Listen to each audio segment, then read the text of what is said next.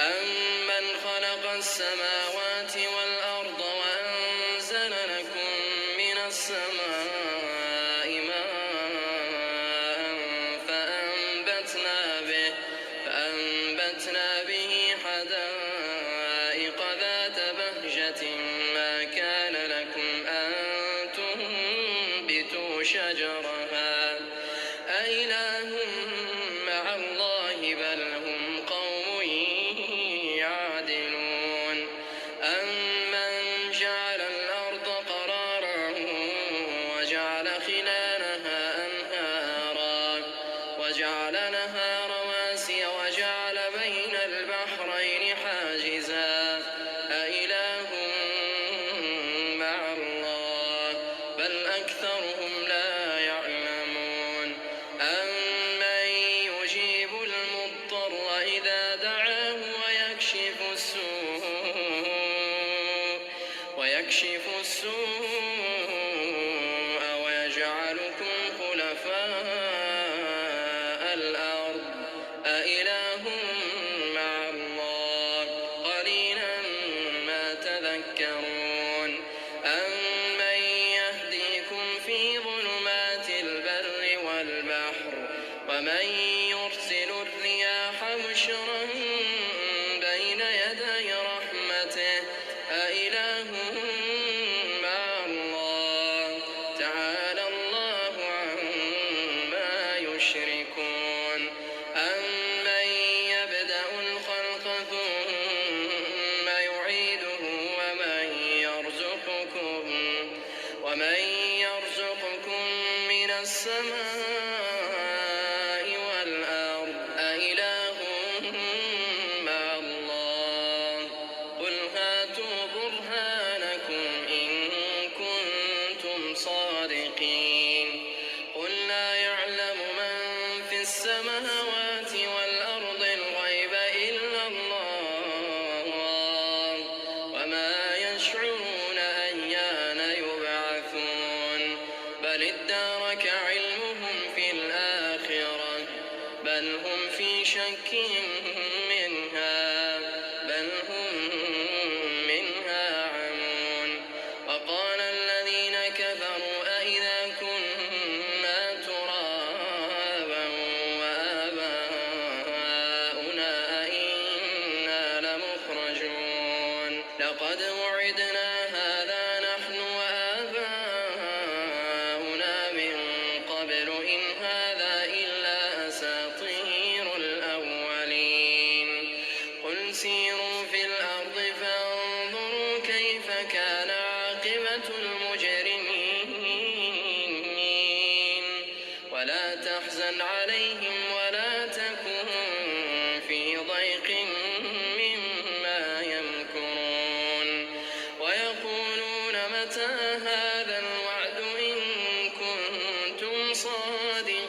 صَادِقِينَ قُلْ عَسَىٰ أَن يَكُونَ رَدِفَ لَكُم بَعْضُ الَّذِي تَسْتَعْجِلُونَ وَإِنَّ رَبَّكَ لَذُو فَضْلٍ عَلَى النَّاسِ وَلَٰكِنَّ أَكْثَرَهُمْ لَا يَشْكُرُونَ وَإِنَّ رَبَّكَ لَيَعْلَمُ مَا تُكِنُّ صُدُورُهُمْ وَمَا يُعْلِنُونَ وَمَا مِنْ غَائِبَةٍ فِي السَّمَاءِ وَالْأَرْضِ إِلَّا فِي كِتَابٍ مُّبِينٍ إِنَّ هَٰذَا الْقُرْآنَ يَقُصُّ عَلَىٰ بَنِي إِسْرَائِيلَ أَكْثَرَ الَّذِي هُمْ فِيهِ يَخْتَلِفُونَ وَإِنَّهُ لَهُدًى وَرَحْمَةٌ لِّلْمُؤْمِنِينَ إِنَّ رَبَّكَ يَقْضِي بَيْنَهُم بِحُكْمِهِ وَهُوَ الْعَزِيزُ الْعَلِيمُ فَتَوَكَّلْ عَلَى اللَّهِ إِنَّكَ عَلَى الْحَقِّ الْمُبِينِ إِنَّكَ لَا تُسْمِعُ الْمَوْتَىٰ وَلَا تُسْمِعُ الصُّمَّ الدُّعَاءَ إِذَا وَلَّوْا مُدْبِرِينَ وَمَا أَنتَ بِهَادِ الْعُمْيِ عَن ضَلَالَتِهِمْ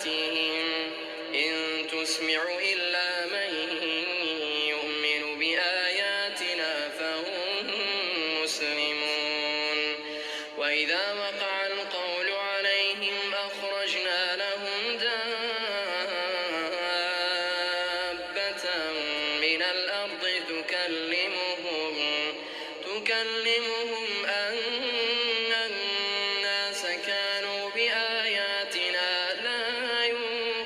يوقنون ويوم نحشر من كل أمة فوجا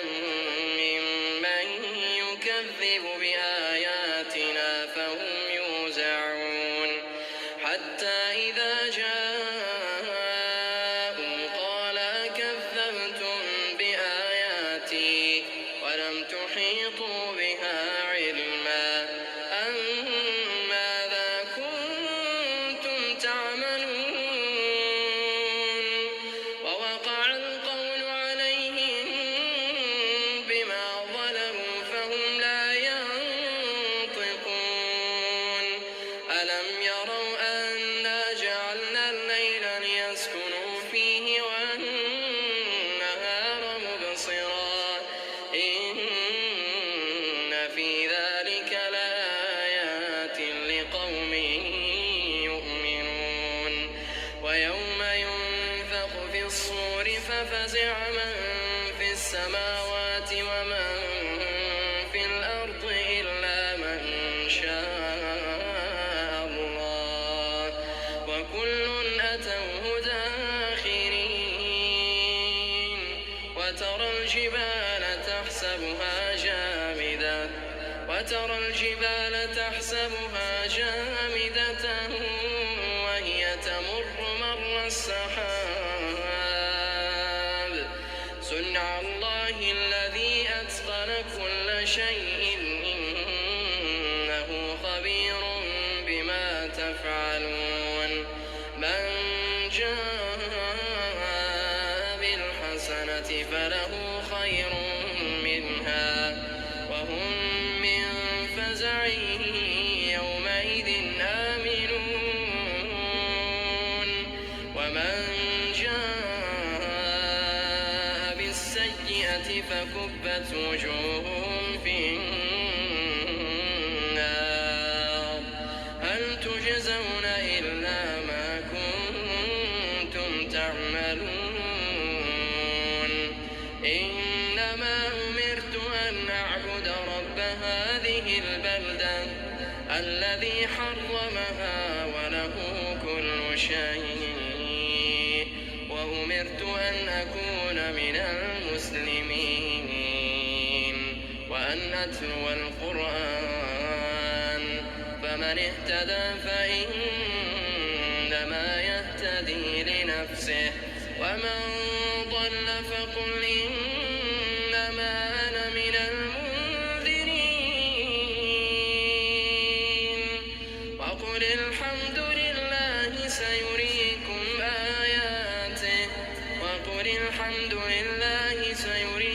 آياته فتعرفونها وما ربك بغافل عما تعملون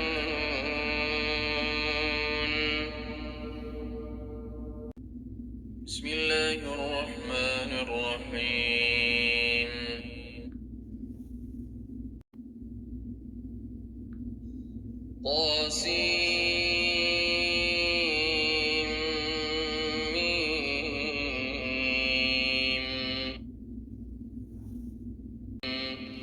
تلك آيات الكتاب المبين نتلو عليك من نبأ موسى وفرعون بالحق لقوم يؤمنون إن فرعون علا في الأرض وجعل أهلها شيعا يستضعف طائفة منهم يذبح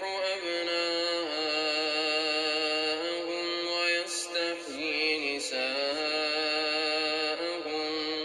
إنه كان من المفسدين ونريد أن نمن على الذين استضعفوا في الأرض ونجعلهم أئمة ونجعلهم الوارثين ونمكن لهم في الأرض ونري فرعون وهامان وجنودهما كانوا يحذرون وأوحينا إلى أم موسى أن أرضعيه فإذا خفت عليه فألقيه في اليم ولا تخافي ولا تحزني إنا رادوه إليك وجاعلوه من المرسلين فالتقطه آل فرعون ليكون لهم عدوا وحزنا إن فرعون وهامان وجنودهما كانوا خاطئين وقالت امرأة فرعون قرة عين لي ولك لا تقتلوه عسى أن ينفعنا أو نتخذه ولدا وهم لا يشعرون وأصبح فؤاد أم موسى فارغا إن كادت لتبدي به لولا أن ربطنا على قلبها إن كادت لتبدي به لولا أن ربطنا على قلبها لتكون من المؤمنين وقالت لأخته قصيه فبصرت به عن جنب وهم لا يشعرون وحرمنا عليه المراضع من قبل فقالت هل أدلكم على أهل بيت يكفلونه لكم وهم له ناصحون فرددناه إلى أمه كي تقر عينها ولا تحزن ولتعلم أن وعد الله حق ولكن أكثرهم لا يعلمون ولما بلغ أشده واستوى آتيناه حكما وعلما وكذلك نجزي المحسنين ودخل المدينة على حين غفلة من أهلها فوجد فيها رجلين يقتتلان هذا من شيعته وهذا من عدوه فاستغاثه الذي من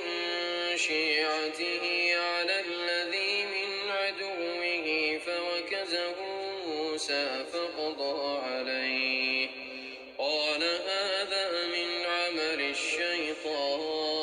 الشيطان إنه عدو مضل مبين قال رب إني ظلمت نفسي فاغفر لي فغفر له إنه هو الغفور الرحيم قال رب بما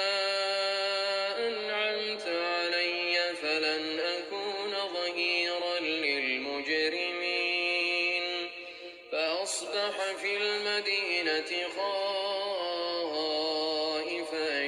يترقب فإذا الذي استنصره بالأمس يستصرخه قال له موسى إنك لغوي مبين فلما أن أراد أن يبطش بالذي هو عدو لهما قال يا موسى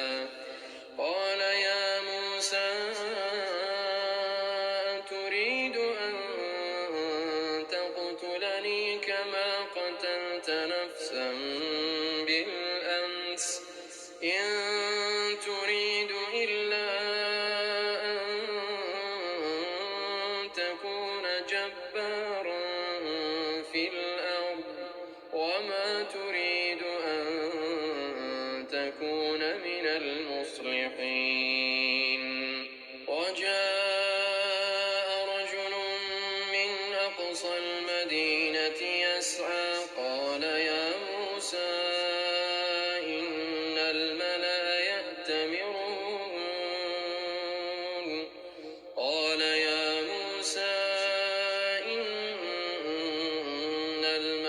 يأتمرون بك ليقتلوك فاخرج إني لك من الناصحين. فخرج منها خائفا يترقب قال رب نجني من القوم الظالمين.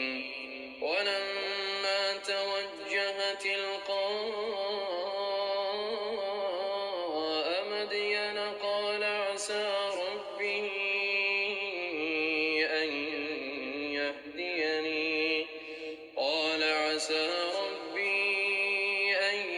يهديني سواء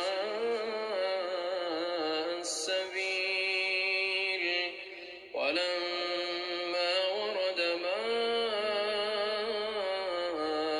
مدين وجد عليه أمة من الناس يسقون ووجد من دونهم امرأتين تذودان قال ما خطبكما قالتا لا نسقي حتى يصدر الرعاء وأبونا شيخ كبير. فسقى لهما ثم تولى إلى الظل فقال رب إني لما أنزلت إلي من خير فقير. فجاءته إحداهما تمشي على استحياء قالت إن أبي يدعوك ليجزيك أجر ما سقيت لنا. فلما جاءه وقص عليه القصص قال لا تخف نجوت من القوم الظالمين.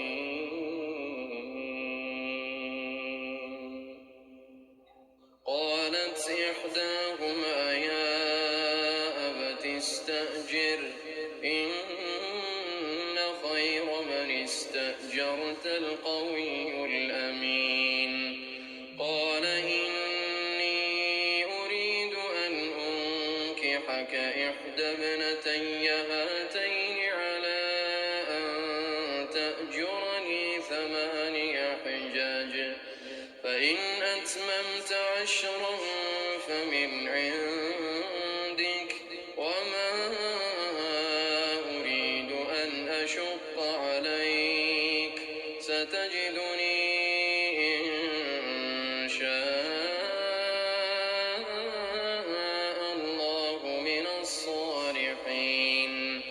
قال ذلك بيني وبينك أيما الأجلين قضيت فلا عدوان علي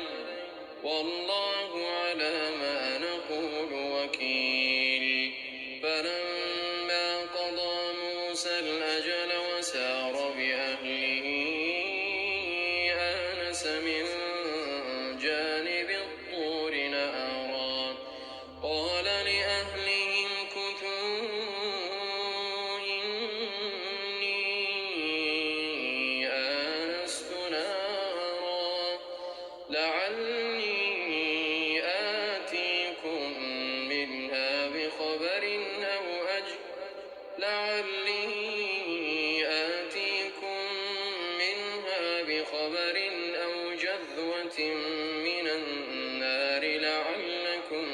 مثقلون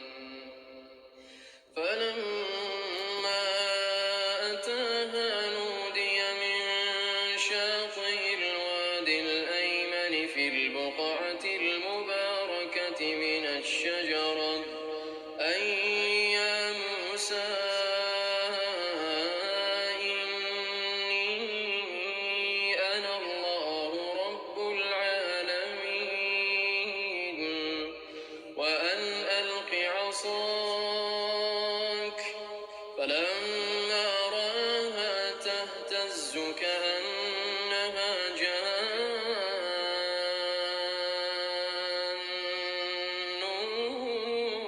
ولا مدبرا ولم يعقب يا موسى أقبل ولا تخف إنك من الآمنين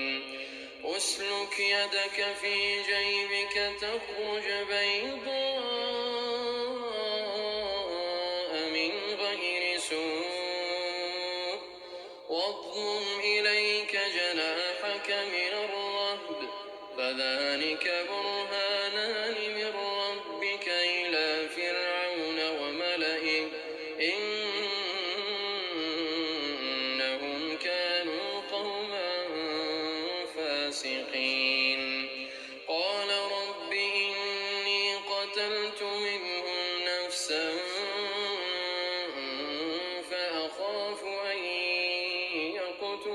يقتلون وأخي هارون هو أفصح مني لسانا فأرسله معي رد أن يصدقني إني أخاف أن يكذبون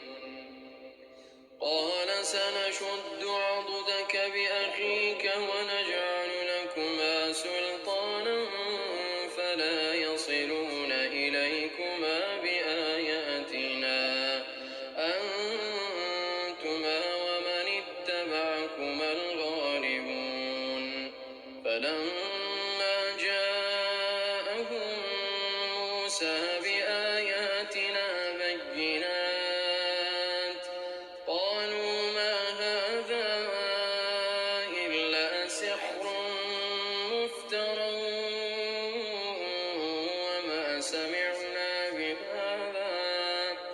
وما سمعنا بهذا في آبائنا الأولين وقال موسى ربي أعلم بمن جاء بالهدى من عنده ومن تكون له عاقبة الدهر إنه لا يفلح الظالمون وقال فرعون يا أيها الملأ ما علمت لكم من إله غيري فأوقد لي يا هامان على الطين فاجعل لي صرحا لعلي أطلع إلى إله موسى وإني لأظنه من الكاذبين واستكبر هو وجنوده في الأرض بغير الحق وظنوا أنهم إلينا لا يرجعون فأخذناه وجنوده فنبذناهم في اليم فانظر كيف كان عاقبة الظالمين وجعلناهم أئمة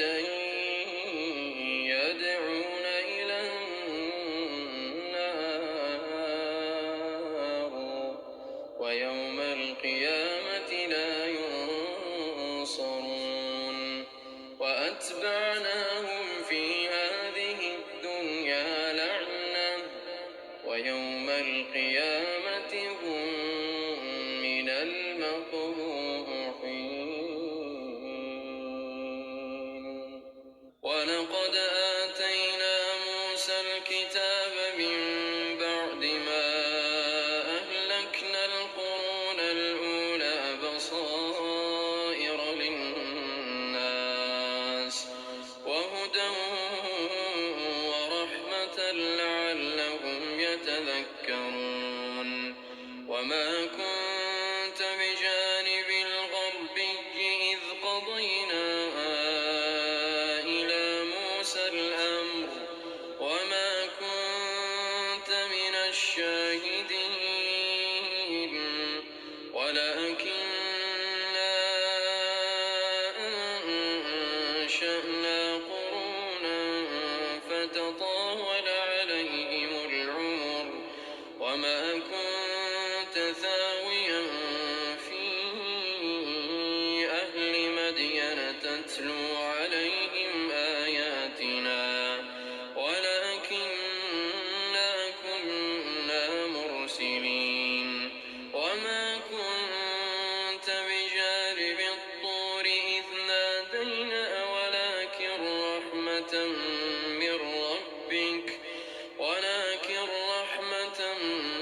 من ربك لتنذر قوما ما أتاهم من نذير من قبلك لعلهم يتذكرون. ولولا أن تصيبهم مصيبة بما قدمت أيديهم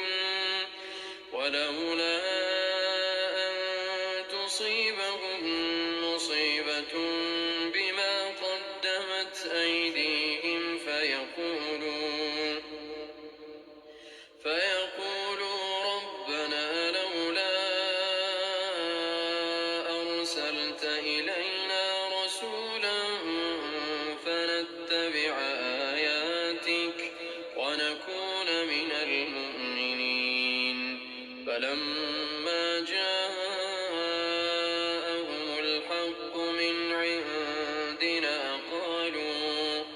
قالوا لولا أوتي مثل ما أوتي موسى أولم يكفروا بما أوتي موسى من قبل قالوا سحران تظاهرا وقالوا إنا بكل كافرون. قل فأتوا بكتاب من عند الله هو أهدى منهما أتبعه إن كنتم صادقين. فإن لم يستجيبوا لك فاعلم أنما يتبعون أهواءهم ومن أضل ممن اتبع هواه بغير هدى من الله إن الله لا يهدي القوم الظالمين. ولقد وصلنا لهم القول لعلهم يتذكرون. الذين آتيناهم الكتاب من قبله هم به يؤمنون وإذا يتلى عليهم قالوا آمنا به إنه الحق من ربنا إنا كنا من قبله مسلمين. أولئك يؤتون أجرهم مرتين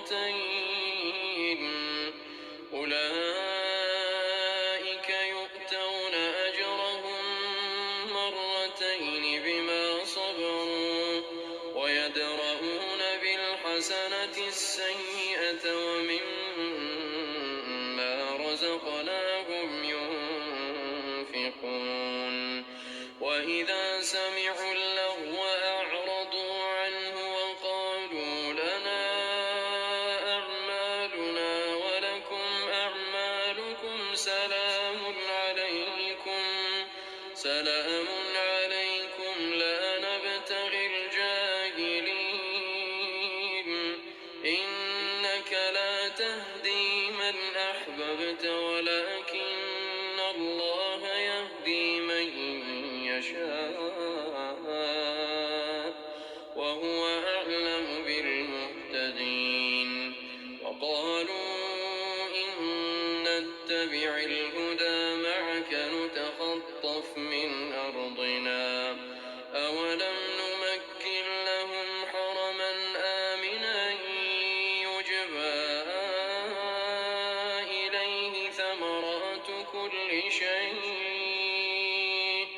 يجبى إليه ثمرات كل شيء رزقا من لدنا ولكن أكثرهم لا يعلمون وكم أهلكنا من قرية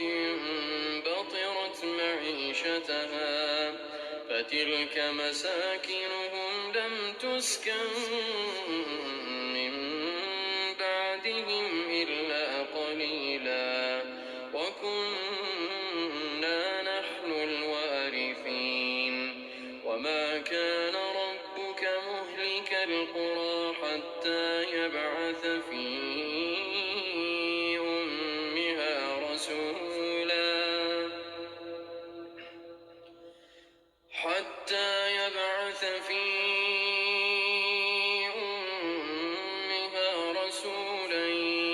يتلو عليهم آياتنا وما كنا مهلك القرى إلا وأهلها ظالمون وما أوتيتم من شيء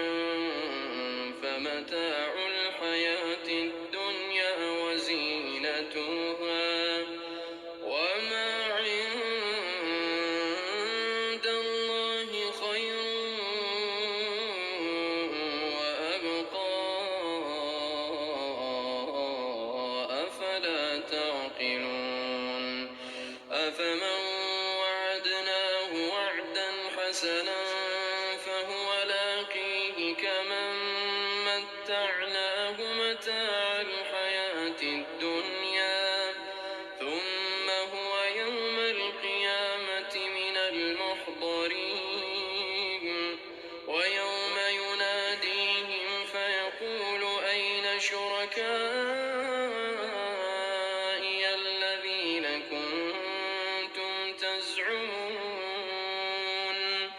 قال الذين حق عليهم القول ربنا هؤلاء الذين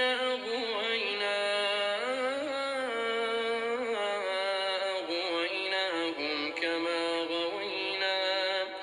تبرأنا إليك ما كانوا إيانا يعبدون وقيل ادعوا شركاءكم فدعوهم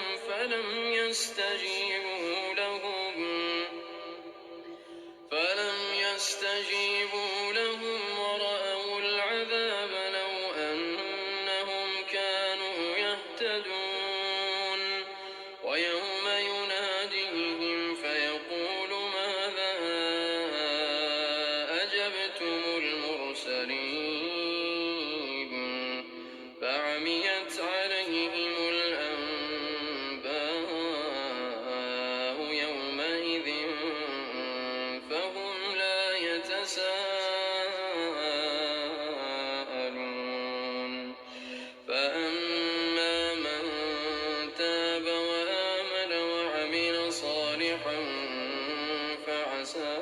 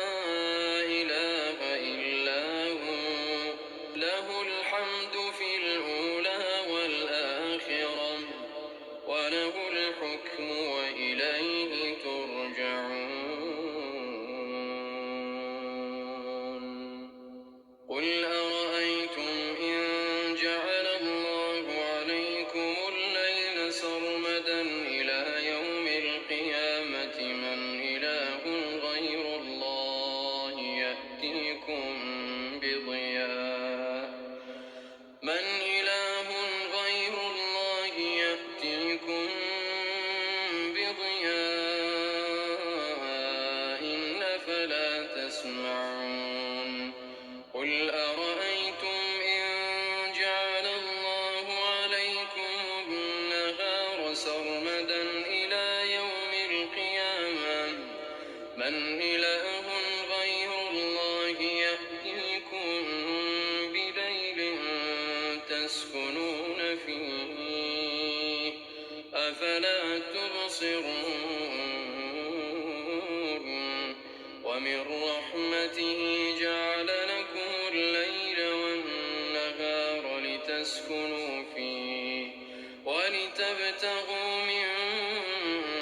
فضله ولعلكم تشكرون ويوم يناديهم فيقول أين شركائي الذين كنتم تزعمون ونزعنا من كل أمة شهيدا فقلنا هاتوا برهانكم فعلموا أن الحق لله وضل عنهم ما كانوا يفترون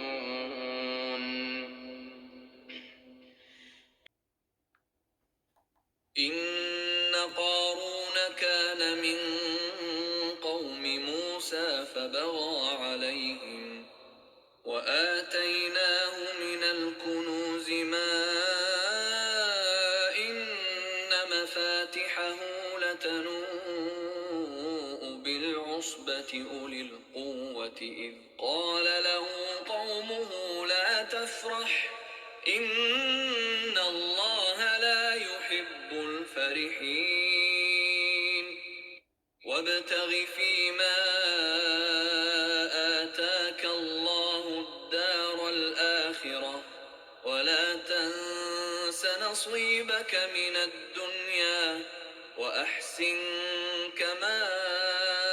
أحسن الله إليك ولا تبغ الفساد في الأرض إن الله لا يحب المفسدين قال إنما أوتيته على علم عندي أولم يعلم أن الله قد أهلك من قبله من القرون من هو أشد منه قوة وأكثر جمعا ولا يسأل عن ذنوبهم المجرمون فخرج على قومه في زينته قال الذين يريدون الحياة الدنيا يا ليت لنا مثل ما أوتي قارون إنه لذو حظ عظيم وقال الذين أوتوا العلم ويلكم ثواب الله خير لمن آمن وعمل صالحا ولا يلقاها إلا الصابرون فخسفنا به وبداره الأرض فما كان له من فئة ينصرونه من دون الله وما كان من المنتصرين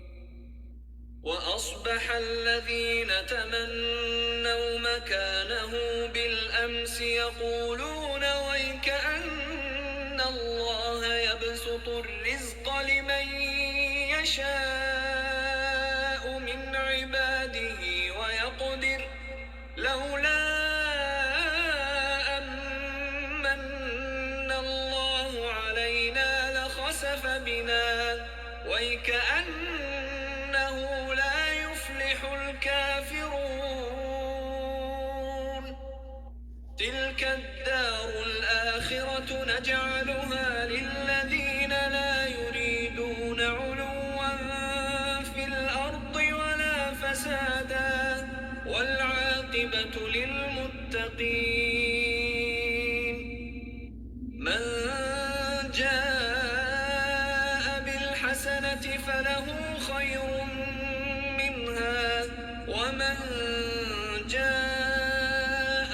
السيئة فلا يجزى الذين عملوا السيئات إلا ما كانوا يعملون.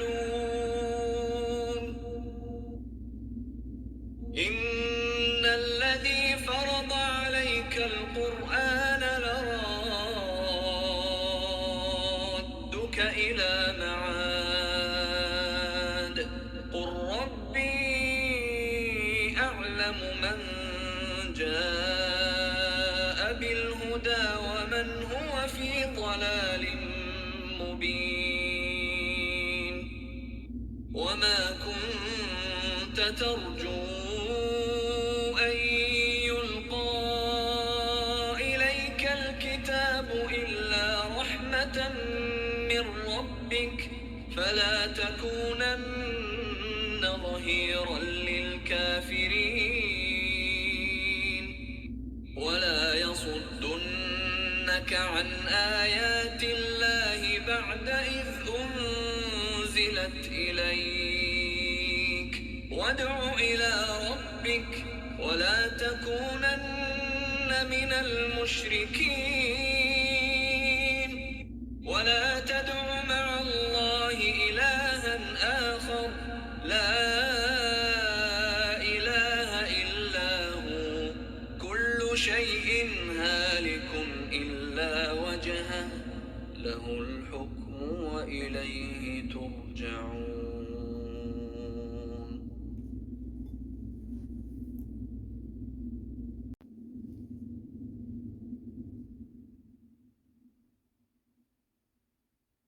أعوذ بالله من الشيطان الرجيم. بسم الله الرحمن الرحيم. ألف لام ميم. أحسب الناس أن يتركوا أن يقولوا آمنا وهم لا يفتنون ولقد فتنا الذين من قبلهم فليعلمن الله الذين صدقوا وليعلمن الكاذبين. أم حسب الذين يعملون السيئات أن يسبقونا ساء ما يحكمون. من كان يرجو لقاء الله فإن أجل الله لآت وهو السميع العليم. ومن جاهد فإنما يجاهد لنفسه إن الله لغني عن العالمين. والذين آمنوا وعملوا الصالحات لنكفرن عنهم سيئاتهم ولنجزينهم أحسن الذي كانوا يعملون. ووصينا الإنسان بوالديه حسنا وإن جاهداك لتشرك بي ما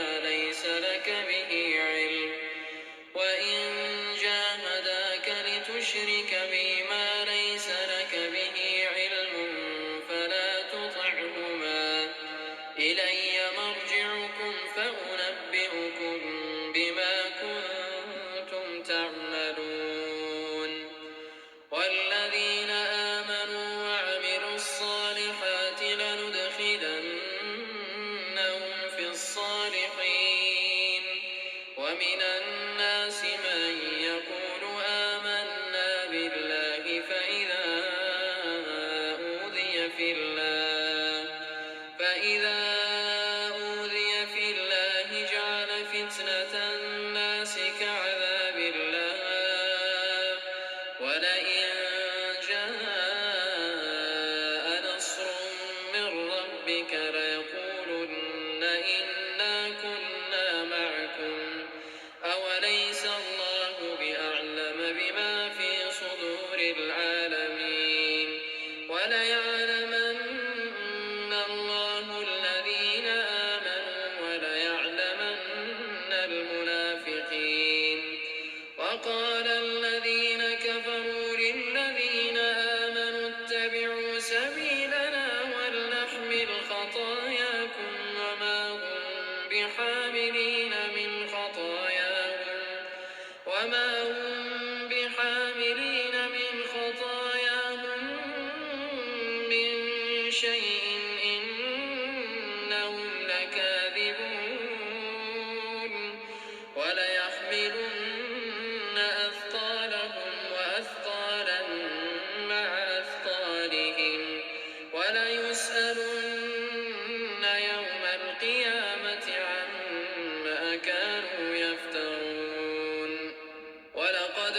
أرسلنا نوحا إلى قومه فلبث فيهم 1000 سنة إلا 50 عاما فأخذهم الطوفان وهم ظالمون فأنجيناه وأصحاب السفينة وجعلناها آية للعالمين وإبراهيم إذ قال لقومه اعبدوا الله واتقوه ذلكم خير لكم إن كنتم تعلمون إنما تعبدون من دون الله أوثانا وتخلقون إفكا إن الذين تعبدون من دون الله لا يملكون لكم رزقا فابتغوا عند الله الرزق واعبدوه واشكروا له إليه ترجعون وإن تكذبوا فقد كذب من قبلكم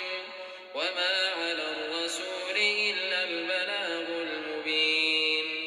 أولم يروا كيف يبدئ الله الخلق ثم يعيده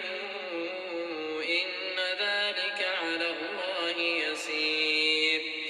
قل سيروا في الأرض فانظروا كيف بدأ الخلق ثم الله ينشئ النشأة الآخرة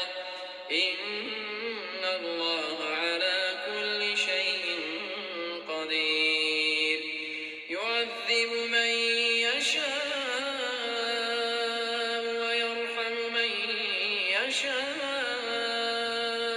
وإليه تقلبون وما أنتم بمعجزين في الأرض ولا في السماء وما لكم من دون الله من ولي ولا نصير والذين كفروا بآيات الله ولقائه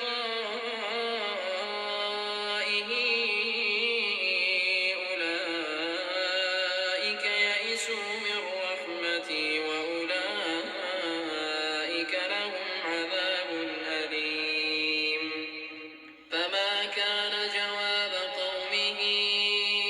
إلا أن قالوا اقتلوه أو حرقوه فأنجاه الله من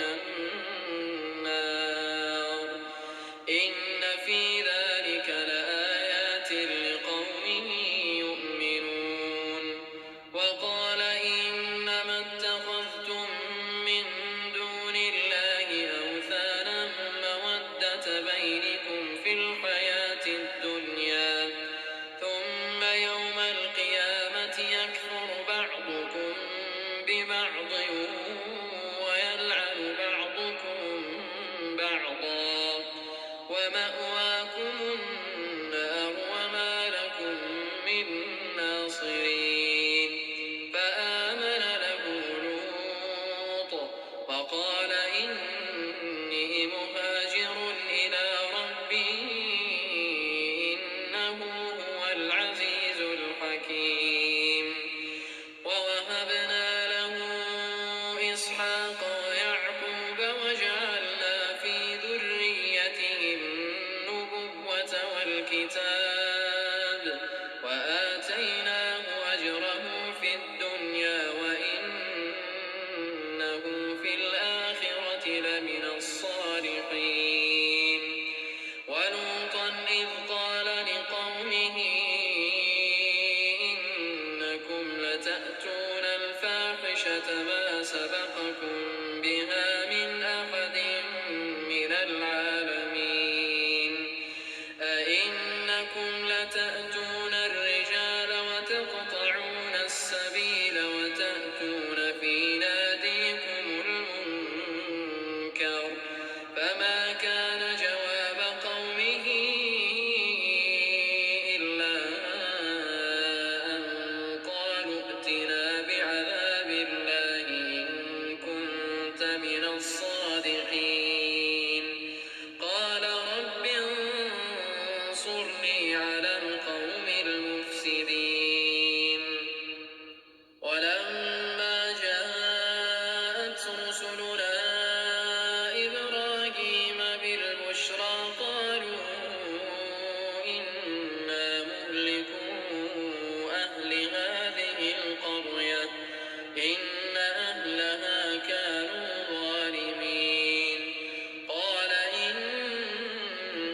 فيها لوطا قالوا نحن أعلم بمن فيها لننجينه وأهله إلا امرأته كانت من الغابرين ولما أن جاءت رسلنا لوطا سيء بهم وضاق بهم ذرعا وقالوا لا تخف ولا تحزن إنا منجوك وأهلك إلا امرأتك كانت من الغابرين إنا منزلون على أهل هذه القرية رجزا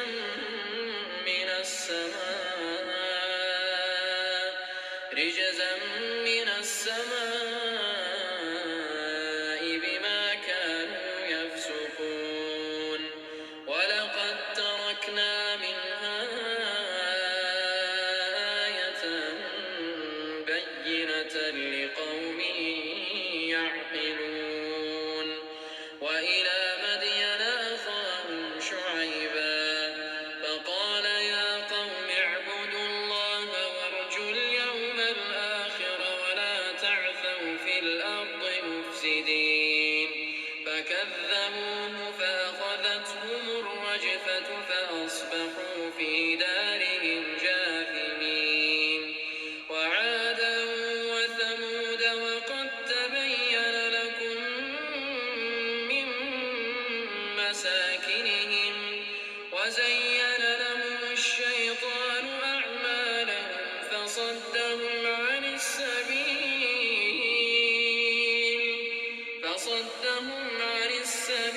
وكانوا مستبصرين